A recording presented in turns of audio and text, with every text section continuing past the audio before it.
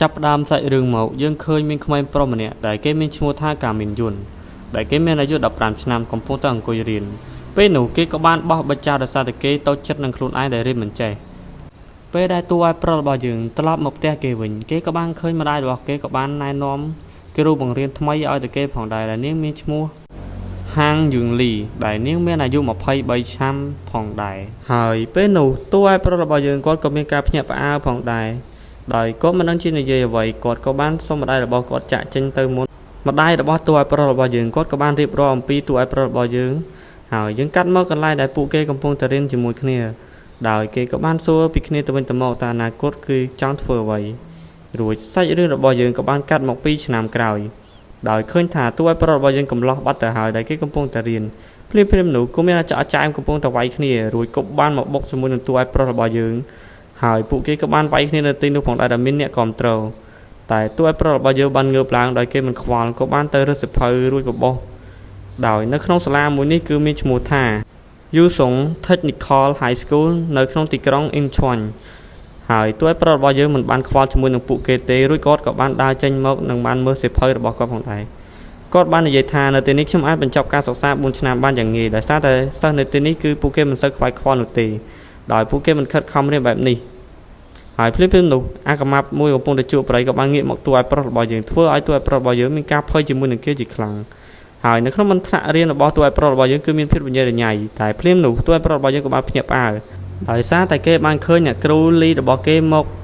បង្រៀនថ្នាក់នេះផងដែរដែលគេក៏បាននឹកឃើញអំពីអតីតកាលផងដែរ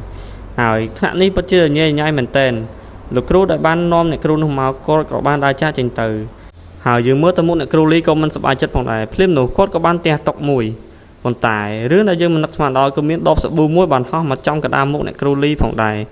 ហើយអ្នកដែលគោកជាអាប្រូសក់ក្រហមមួយនេះនឹងឯងដោយអ្នកគ្រូលីរបស់យើងមានការឈឺចាប់ជាខ្លាំងប៉ុន្តែភ្លាមនោះគ្នារបស់អាប្រូសក់លឿងនឹងក៏បានមកទាថ្លៃសាប៊ូរបស់គេផងដែររួចពួកគេក៏បានទាស់សម្ដីគ្នាដោយគេបានឌឺដងគ្នាផងដែរប៉ុន្តែมันបានប្រមាណផងយើងក៏បានឃើញថាអាសក់ខ្មៅនឹងក៏បានផ្លោចេញតាមក្រៅមួយអួចផងដែរអ្នកគ្រូលីរបស់យើងមានការតក់ស្លុតជាខ្លាំងដោយសារតែនេះគឺជាថ្ងៃដែលនាងបានមកបង្រៀនដំបូងហើយពួកគេក៏បានចេញមកវាយគ្នានៅខាងក្រៅទីធ្លាថ្នាក់រៀនអាសក់ក្រហមក៏បានហក់ទៅរត់ដាក់អាខ្មៅម្ដាយទៀតប៉ុន្តែភ្លាមនោះក៏បានឃើញសមាវ័យរត់មកហើយនោះគឺជាលោកគ្រូក៏បានតងោម្នាក់ដែលគេរត់មកហាមនិងបានថាឲ្យអ្នកគ្រូលីរបស់យើងដោយមិនអើពើហើយគាត់ក៏បានដើរចាក់ចេញទៅពេលនោះអ្នកគ្រូលីរបស់យើងគាត់កំពុងតែបបោសសម្រាមនោះចេញដោយពេលនោះមានអ្វីមួយយ៉ាងមកមុតដៃអ្នកគ្រូលីរបស់យើងធ្វើឲ្យនាងមានការឈឺចាប់និងយំផងដែរតែយើងក៏បានឃើញដៃអ្វីបានហុចបង់បិទបាល់ឲ្យនាងហើយនោះគឺជាតួឯកប្រុសរបស់យើងឈ្មោះកាមីននឹងឯងហើយពួកគេក៏បានមកនិយាយគ្នានៅកន្លែងស្ងាត់ផងដែរអំពីអនាគតដែលពួកគេបានសម្រេចតួឯកប្រុសរបស់យើងបានសួរទៅអ្នកគ្រូថាសម្រេចហើយមែនទេកំពុងតែនិយាយគ្នាតួឯកប្រុសរបស់យើងក៏បានឃើញក្រុមអាសក់លឿងដែលវាយគ្នាព្រឹកមិញមកផងដែរតួឯកប្រុសរបស់យើងងាកមកបានបាត់អ្នកគ្រូលីបាត់ទៅហើយអ្នកគ្រូលីបានមកឲ្យពួកគេទម្លាក់បរិយចុះ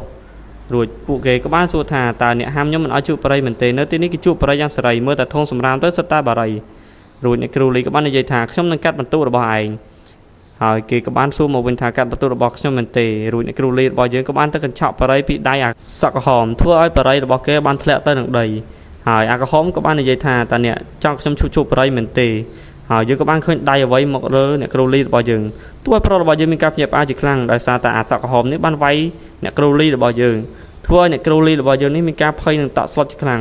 ងពួកគេក៏បានតែនិយាយថាតើអ្នកចង់ឲ្យខ្ញុំជួបបរិយមែនទេរួចក៏បានវាយធ្វើបាបទៅលើអ្នកគ្រូលីយើងបន្តទៀតហើយភ្លាមនោះតួឯកប្រុសរបស់យើងគាត់ក៏បាននឹកឃើញអនុស្សាវរីយ៍ជាមួយអ្នកគ្រូលីផងដែរគូរួចគាត់ក៏បានដើរចូលមករួចតួឯកប្រុសរបស់យើងគាត់ក៏បានយកអាវក្រៅរបស់គាត់ទៅដណ្ដប់ឲ្យអ្នកគ្រូលីនិងបាននិយាយទៀតថាសូមមើលថែវាបានម្ដាយរបស់ខ្ញុំឃើញវារហ័យគាត់នឹងសម្លាប់ខ្ញុំដោយអាសក់ខ្មៅនេះគឺមានការខើជាមួយតួឯកប្រុសរបស់យើងខ្លាំងមែនទែនគេក៏បានយកជើងទៅធាក់នឹងតួឯកប្រុសរបស់យើងប៉ុន្តែសំណាងអីតួឯកប្រុសរបស់យើងក៏បានកិច្ចផុតនិងយកក្បាលទៅជួលនឹងក្បាលរបស់អាខ្មៅនឹងធ្វើឲ្យគេមានការឈឺចាប់គ្នារបស់គេក៏បានសើចចំអកផងដែរពេលដែលគេស្ទុះមកម្ដងទៀតធ្វើឲ្យតួឯកប្រុសរបស់យើងនេះគឺមុខឡើងភ័យតក់ស្លុតខ្លាំងមែនទែនអាពេលនឹងយានឹងកណ្ដាប់ដៃវាយតួឯកប្រុសរបស់យើងមិនតែយើងក៏បាននឹកឃើញទៅអតីតកាលដោយគេកំពុងតែកាន់សភៅអ្វីម្យ៉ាងពេលដែលម្ដាយរបស់គេណែនាំអ្នកគ្រូលីឲ្យគេស្គាល់ហើយគេក៏បានលាក់សភៅនោះដោយសភៅនោះគឺជាសភៅក្បាច់គុណនឹងឯងរបស់ Bruce Lee ផងដែរតួឯកប្រុសរបស់យើងគាត់ក៏បានលាក់ដៃនៅខាងក្រោយពេលដែលអាប៉ែកនឹងបានមកដល់គាត់ក៏បានដាក់អាប៉ែកនឹងមកដៃ ធ្វើឲ្យប៉ិតនឹងចាញ់នៅកន្លែងភ្លាមតែម្ដងរួចគាត់ក៏បានបញ្ចេញរៀងក្បាច់គុណយ៉ាងសង្ហាផងដែរអាសក់ក្រហមមានការមួម៉ៅនឹងតួឯប្រុសរបស់យើងខ្លាំងមែនទែនរួចគាត់ក៏បានស្ទុះចូលមកថានឹងដើម្បីវាយតួឯប្រុសរបស់យើងតួឯប្រុសរបស់យើងបាននឹកឃើញការដែលគេខំវឹកហាត់មកតែភ្លាមនោះយើងក៏បានឃើញថាអាសក់ក្រហមបានស៊ីមួយជើងរបស់តួឯប្រុសរបស់យើងបាត់ទៅហើយតួឯប្រុសរបស់យើងបានបញ្ចេញរៀងយ៉ាងសង្ហាតែអានេះមកជាមួយអាសក់ក្រហមនឹងគឺមានការភ័យតក់ស្លុតជាខ្លាំងដោយសារតែឃើញអាសក់ក្រហមនឹងបានស្លាប់បែកពុះមាត់បាត់ទៅហើយពួកគេក៏បានរត់ទៅហើយតួឯប្រុសរបស់យើងក៏បានឈើវែកសក់មួយយ៉ាងសង្ហារួចគាត់ក៏បានមកលើកដៃជួយអ្នកគ្រូលីផងដែរកាត់មកកន្លែងនេះវិញគឺដោយសារតែអាប៉ិរត់នឹងគាត់បានមកដើរប្រាប់គេផងដែរហើយនេះគឺជាសិទ្ធិដែលអ្នកខ្លាំងដែលតួឯប្រុសរបស់យើងត្រៀមនឹងប៉ះនៅពេលអនាគតផងដែរហើយសាច់រឿងរបស់យើងក៏បានមកដល់ទីបញ្ចប់ផងដែរសូមអ្នកទាំងអស់គ្នាកុំភ្លេចជួយចុច like and subscribe ឲ្យខ្ញុំម្នាក់មួយផងឥឡូវបាយ